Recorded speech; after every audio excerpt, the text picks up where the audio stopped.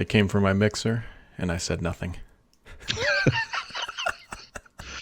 Nice. I've been holding that one in. I was gonna tweet that out initially. I was like, maybe a little insensitive, whatever. So I'll just do it live on a podcast instead of thousands of people. Yep. So, news du jour. At a prompt 9:15 a.m. or whatever this morning, Microsoft announced, for those who aren't familiar with the insensitive joke I just cracked, is that they are shutting down all of their retail stores, all of them. Donezo. They're not coming back. If a tree falls in a mall, God, what are the chances of it hitting a Microsoft store? That's a good question. The timing. I mean, I on one hand, we'll say this hand, I understand the timing because it's the end of the fiscal year. It's the end of the fiscal year. That's when Microsoft makes changes, and so I understand on this hand why they did it now. Now on this hand, I don't understand why they did it now. Because first off, Microsoft is taking a $405 million charge this quarter to shut all this stuff down. I'm assuming that most of that is probably related to rent and lease agreements that they're going to be paying out and all that good stuff. Anyways, the point aside is that this fall they're going to be launching a brand new Xbox, which is a great thing to show off there. And they've also got the Surface Duo that is, again, primarily a consumer-focused device coming. Yeah. I understand the stores didn't get a lot of foot traffic, but would it have killed them to just say like, okay, we'll do it December 31st? Well, so the thing we don't know is how much money these stores lost. I think it's fair to say they weren't making money to begin with, and I'm sure COVID didn't help. And you could make I'm just playing devil's advocate because you kind of presented it that way, but you can make the argument that maybe the losses from the stores would have been worse than the gains they would have made from the hardware sales. That's a very valid point. If 6 months additional runtime would have cost them $500 million, they would have just wiped out all the profits they could have made. Yeah. Maybe. I don't know. No one really knows the math, but yeah, I gotta say, they communicated this poorly in the sense that the LinkedIn post was kind of poorly worded. It turns out there was an actual Microsoft. It wasn't really a press release, but like a news.microsoft.com post, I guess we'll call it a blog post. It was a little clearer, but I do buy that most of their sales are digital/electronic. Sure. We've been to Microsoft stores. You can joke all you want about foot traffic and all this stuff. I mean, I've been to Microsoft stores that have been full of people, but I'm sure 3:00 in the afternoon on a Thursday, it's full of high school students who are playing Xbox. It's like most of these people aren't buying anything. I agree. It's a tough thing not to have a showcase. And now people, the counter argument that is, well, there's a Best Buy, and you're not wrong. There absolutely is a Best Buy. I mean, have you seen one of these shitholes? There is a Best Buy, but not where I always talk like the PC department's got like cobwebs. I always joke about how like one time I was in there and I watched a wolf drag a small child away. They're terrible. But okay, fair enough. I mean. But there's also Sony there too. The Microsoft store, like if you were in a mall, you're only going to see Xbox in there. You're not going to see Sony, and it was their place to make their stuff shine, and that's not fair enough. There. Yeah, no, you're right. Yeah, you're right. It is what it is. So that's too bad. Look, but the other thing is, like, it's not like they all went all in, right? Apple is all over the world. I know Microsoft and Apple are not the same kind of company. Apple's consumer-based. Microsoft is really business-based, except for Xbox. It's still not the same audience. They were never going to have the same number of stores, never going to have the same amount of appeal. We have this issue. I know it's not unique to Microsoft, but we certainly feel it in the Microsoft space, where they underserve their international customers, either with language support in various apps or capabilities in certain apps, and with the stores as well, right? I mean, however many Microsoft stores there were, 90-something% of them were in North America, and there was one in London, one in Sydney, one whatever it was. You're either going to do this thing or you're not, and I'm sure at some point, they originally thought they were going to go all in, but I'm sure as over time, they discovered these things weren't paying off. Yeah, well, what you got to remember too, when they started to ramp up the scale of it, is right when they were launching mobile phones. They had tablets, they had PCs, they had Xboxes, they had all this stuff. They had bands, they had Zune, they had a full suite of consumer products and services. And over the years, each one has just kind of slowly just been chopped off. And now that's all that's left is Surface, which again is only 50% roughly consumer, and then Xbox is definitely 100% consumer. Plus, I mean, the most important product of all, I think we're forgetting about, is the Surface Pen Loop. I mean, where can I go to find a pen loop? Where, Brad?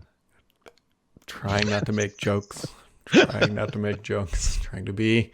It's the only way to deal with this kind of stuff. It is. What are you going to do? It just, I don't know. I've been in standing outside of a Microsoft store in Bellevue, which is a particularly busy one because of its proximity to Microsoft. Mm-hmm. In the Christmas time, with all the Bellevue's all lit up with lights and everything, and Mm-hmm. lots and lots of people going in and out of the store. But I still looked at it and thought, man, like this thing can't be making money. It can't. Retail space is so expensive. Retail is going to be changed forever because of what just happened, for one thing. And I just, it's completely understandable. The timing, weird, the way it kind of went down, or whatever. I'm sure there were reasons, but yeah, that's too bad. What are you going to do? The one good thing is, at least based on their announcements, and this I guess isn't all that surprising because they've already moved to this model, is that nobody's losing their job over this, at least over directly from Microsoft. These people had the opportunity. I'm sure there are some that aren't going to work out, but at least Microsoft, I believe they're basically going to become customer service representatives, triaging things like that. Support for customers. Yep. Yeah. So. Yeah. Yeah. And then, they are going to keep open for customer experience centers. This is not retail stores. The Microsoft store in New York, by the way, is going to be transformed into one of these things. Yeah. And that leads open the possibility that we could do podcasts from there in the future, or have briefings there. Like you and I, we've done it a couple times. Surface Go, I think it was the last one we did at that location. And I expect that stuff to continue. One in London, one in Sydney, and one at the Redmond campus. But, Amazon this past year has been looking for like a second headquarters.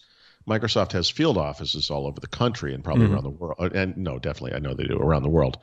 But these customer experience centers gives them like an executive briefing center type experience like they have on campus, but it puts it in different places, important big cities. Good for customer training and, whatever. And so that to me makes sense. It's too bad. Like, what do you do now? Like, it's not like you gotta get Microsoft could have a store within a store, in Best Buy, like Apple still kind of does, I think. Yeah, Microsoft does a little bit. I mean, they have, it's not as pronounced. Maybe they need to do more. Maybe that's something those employees could be doing. Some of what they could be doing, in their local area, maybe they could maintain a little spot like that in a Best Buy. Mm-hmm. Because, depending on the location, Best Buy can range from okay to off the charts terrible, especially the PC section. Yeah. My local store is not too bad. So not that I haven't been there in a while other than to return some AirPods, but or AirPod Pros. Or whatever. Ours is okay too. I think we had my daughter's stereo installed there a couple of years ago. I don't know. Something I've not done in a while is swapped a stereo in a car. I used to, back when they were the DINs or whatever. They kind of got away from that. Like you DIN and then double DIN, and you could just basically pull them out, swap the connectors, push it back in. Well, they have amazing kits for those kinds of things. So in my daughter's car, which is an older Mercedes, it doesn't look like a stock part. It's a third party stereo, but the surround that it sits within looks exactly like the car. It's nice. Like you wouldn't look at it and think, oh my God, what a hack job. Like it's nice, and that stuff's it's available for every car basically. That I did not know. I haven't done that in a while.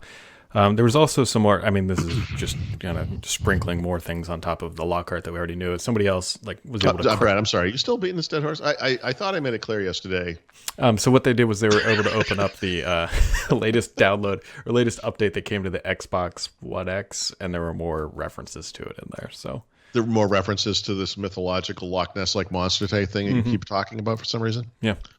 Interesting. I hope they don't launch it just so I just so people. So it's just so everyone can go to town on you on Twitter. Yeah, just to be, Brad Sams, comma liar. It's no wonder you work with Thurrott. That UWP hating it bastard. Yep, that's what we are. Yeah, the important thing is that you're transparent and you're. Yes, sure, yeah. Yep. It's important to be honest about yourself. Yeah. So, anyways, that is. I can't believe that June is over. By the way, either this has been simultaneously the fastest month in a while and also the longest. So. Yep. I don't have anything to add to that other than we normally have a work meeting that next week isn't happening because of the holiday weekend, and it was like, wait, what? What holiday? What holiday?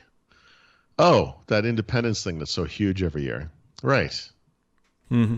Actually, my state went into the green zone today, Brad. Meaning something. I mean, more stuff is open. So we can have. Well, by the way, green doesn't mean everything. It did something.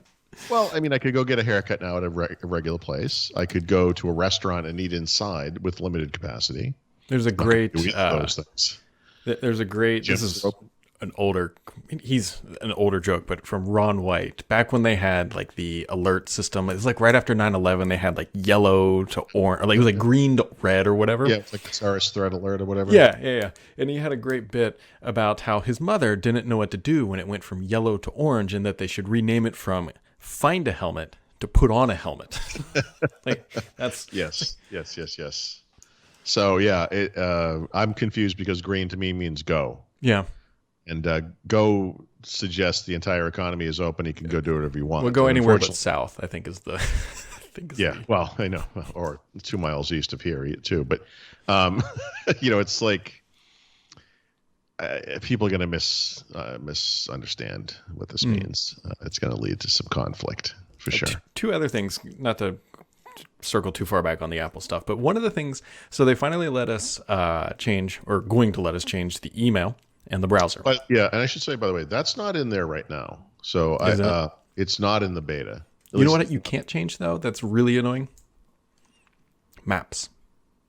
Yeah, right. Because God, they don't want to open that little can of worms. Because if they ever did that, I mean, everyone talks about how great Apple Maps is, and I get it. There's no doubt it's way better than it used to be. It's pretty looking too. It's a nice looking app. They've done a good job, but the problem is it's still not the best. The problem is there's a button every one of those sentences, and that but is I would still use Google Maps if I could. I mean, you can, of course, you can run the app, but yep. So that's one little thing that they are still holding out on. So Apple has not really turned over a new leaf. They just realized that, hey, we don't really need the data from people's email apps, and browser usage is great, but they're still using our underlying technology because you can't actually build your own browser on iOS. You have to use their whatever. So whatever. From the perspective of any user, it's still a step in the right direction. So it is. We'll take it. Maybe next year they'll do maps and assistance or something. I don't know. Yeah. And then the other one was that the former Apple engineer or whatever said that they started plotting their move away from Intel back when Skylake occurred, and that seems believable. So actually, what he said is an Intel engineer. He said that this effort had been going on before that. The Skylake thing was basically the impetus to like, we got to get this thing moving. Like, we can't trust these guys anymore. And, I mean, from all the conversations I had with Terry Myerson and others at Microsoft around Skylake and the impact that had on Surface and them, and then I talked to PC makers, which was kind of comical because they viewed Microsoft's response to this as being incredibly immature. You kind of get a fuller picture of what happened there. And look, as it turns out, all Intel, all chipsets come out the door buggy to some degree, and there are software fixes for that stuff. But Skylake was apparently notably buggy. Was it? That's how I remember it. Yeah. I don't know. It probably wasn't a big story, but I would say, but the flip side of that is there weren't a lot of stories about Lenovo or HP or Dell having problems with this, right? Those guys shipped Skylake PCs, no problems. I mean, they probably had to do a bunch of work, but that was the big fight. Microsoft and Microsoft and Intel got into a huge fight over that, and people might forget this, but Microsoft, this is Terry just being Terry was such a bitter. He could be really bitter when things went south. He announced that Microsoft wasn't going to support Windows 7 on older or Windows 10 on older Intel chipsets. That was because of Skylake. Because like Intel had come to them and said, no, this is your responsibility. You have to fix this. And they were like, no, you got to help us.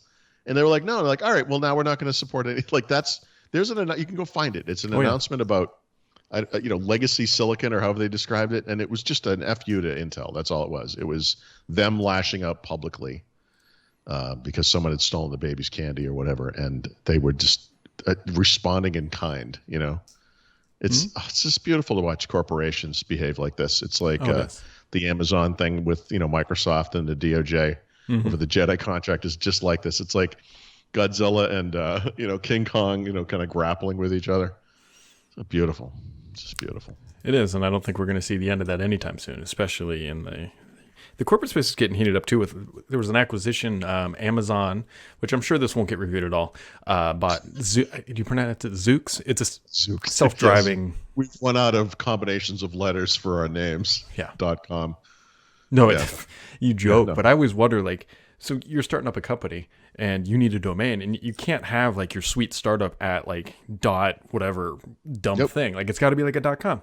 And so I always think when you see young company raises $73 million. Well, about 40 of that's probably going to the .com name. Exactly. Paying for some squatted domain, it's yep. No, I'm sure that's true. But there's going to be a lot of consolidation. Amazon, Microsoft, Google are going to be, are circling each other now for that. And they're all buying up AI companies and all kinds of all that stuff. And it's a good time to be a startup, I would say. If you have some kind of potentially, I guess, as long as you have cash flow, people are going shopping and they're not paying a premium, I don't think, for a lot of this stuff. No, it'd be a nice little COVID bailout. If you get someone to buy your company in the middle of 2020, you're doing pretty good. Well, yeah, that's exactly what it was reported for that. I think, was Zoox public? I can't remember. I don't think so. I never even heard of this company. No, they got $1 billion though, so that's but $1 billion to Amazon, I guess, isn't really anything. That's just a rounding error. They're not really known for making acquisitions, Yeah. Apple was like this for a long time too. I mean, Apple to this day hasn't made any huge acquisitions. I mean, I think Beats might be one of the bigger ones. Maybe. Yeah, I think so. They didn't they acquire Siri? That was that was an acquisition. But I mean, a lot of those things are just small companies. Yeah, a couple of guys basically. Yeah, they're not out there going and buying GoToMeeting or something like that. Or right. They could. I mean, they've got a lot of money. Probably buy Zoom too if they wanted. There was an interesting comment in the chat room as I was just kind of scrolling back through here. I think it was Wonder Boy, I think is who wrote it. But when it comes to laptop and consumer space, Apple has a ton of potential for growth, whereas everybody else kind of just tries to maintain the status quo. You think about it, what's the market share for Mac OS? It's 10% or something. 6.8. Yeah, 6.8. So they've got I know, but what percentage of the profits do they have in the industry? It technically might be 100% in the sense that some companies are just losing money. You know, most companies probably. So I don't know. I don't know. Is HP's premium PC business as big as the MacBook? Probably not. Probably not.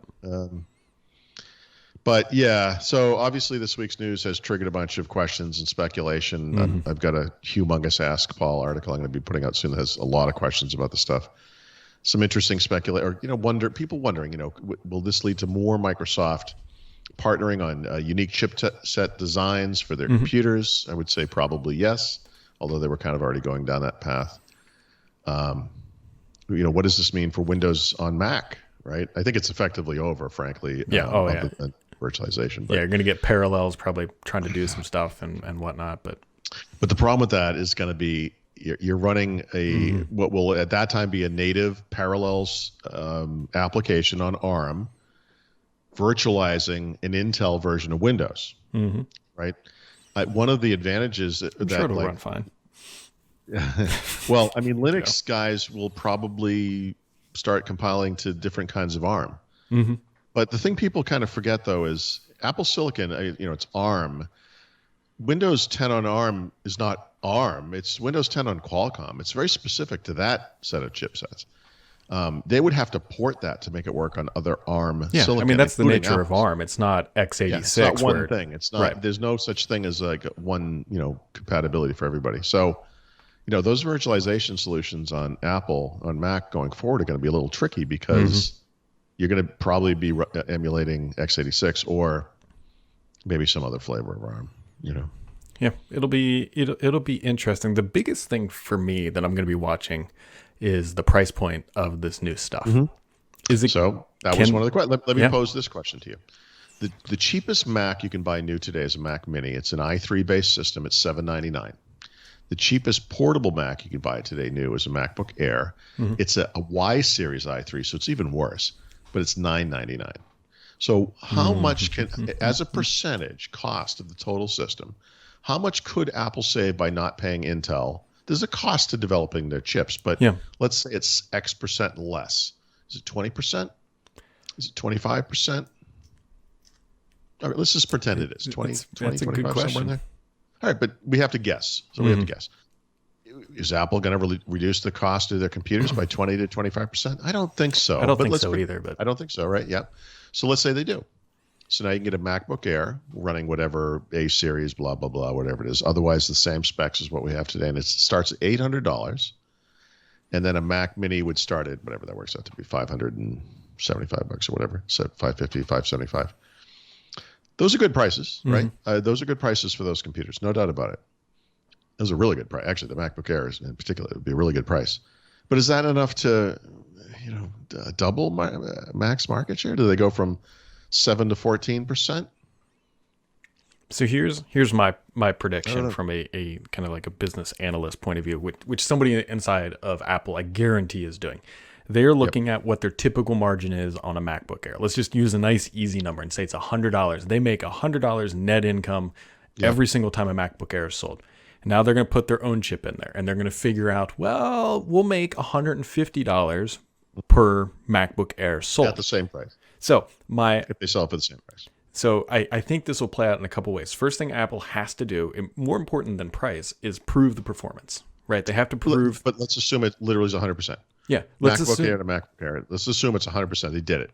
Yep. There will eventually become a time where Apple, and they have a history of doing this with the iPhone, where they will take that price point and it'll slowly trickle down into lower price points, but they don't want to upset. They're going to come out with a product and say, look, this is a premium experience, a premium performance. A couple years from now, you'll be able to buy the effective i3 version of an A series chip. It's still going to be better than what Intel's offering, but they're going to only they're going to make $115. And so their margins overall from a shareholder perspective are still increasing. So you've kind of arrived at the same thing from a different direction, but I think you're right. So, although again, the thing is, there is one precedent that speaks loudly here, which is the iPad was losing sales year over year for 6 years straight, and they finally lowered the price. You can buy a wonderful iPad today for $329. It's a great price, and all of a sudden, let me ask you this though, they skyrocketed From a parts perspective, from an internal guts perspective, how different is that iPad Air or whatever for $399 from a laptop? It's not much. I mean, it's got a screen, it's got RAM, it's got the display. Only thing it's missing is effectively a keyboard that's not attached in a clamshell. And how much can that parts and materials be? There's a iPad that's $329. There's an iPad Pro that's $999. Yeah. And how different are those things internally? I mean, you could make the case not that different. But I bet they're also cleaning up on margin on that iPad Pro too. Yeah, for sure. So, but what you said earlier rings true to me. Like, so you're Apple, and you're like, hey, we reduce the component parts of this thing by $50. So that means instead of making 100, if we sell it for the same price, we're going to make 150. That's like a 50% improvement in profits. And I'm sure the response at that time is good. Let's talk about how great the performance is and keep the price the same, and it will still seem like a benefit. Yep. And people will write reviews and be like, "My God, what a bargain this thing is!" It's like same price, better performance. Yep. Yeah, but I also agree with you because Apple does do this very quietly over time. Will drop prices, and even with the MacBook Air, when I bought the last one I had, it was started at $1,200. The new one's there at $1,000. So they've actually dropped the price by $200. The base storage has gone up. I don't know if the base RAM is probably the same, but the product itself has actually improved. The chip that's in that thing is much better than the chip they were selling 2 years ago. So, I think it's unlikely we're going to see bargain basement. Not right away. This is but over time, I bet the prices come down. Yeah. It does, because everybody knows that you sell a product, for the iPad being a perfect example. Apple probably has the metrics there that says, hey, look, if we knock $50 off of this, it puts us into X category, and we can sell Y more, like the letter Y as a variable, not WHY, Y more machines per month or per quarter. So yep. It'll be interesting. Here's what's, dude, we are still talking about this on Friday. Mm-hmm. And that's what's amazing about this. And I there are people out there who, read Thurrott.com or whatever, and I can't stand Apple, and I completely understand it. And I know it's probably infuriating how much we're still writing about it, days later. But this has really upended things. Like it's even though we knew it was coming, mm-hmm. It's now we're faced with this new reality. Very curious to see where the world goes, and I don't know. We'll find out. We're going to get more information soon. The developer kits will go out. I'm sure we'll have either communications that are okayed by Apple or just leaked or whatever. But we're going to find out, and that's going to be a real proof point. What that stuff looks like. Yep. And we will find out here not too far off. Yep.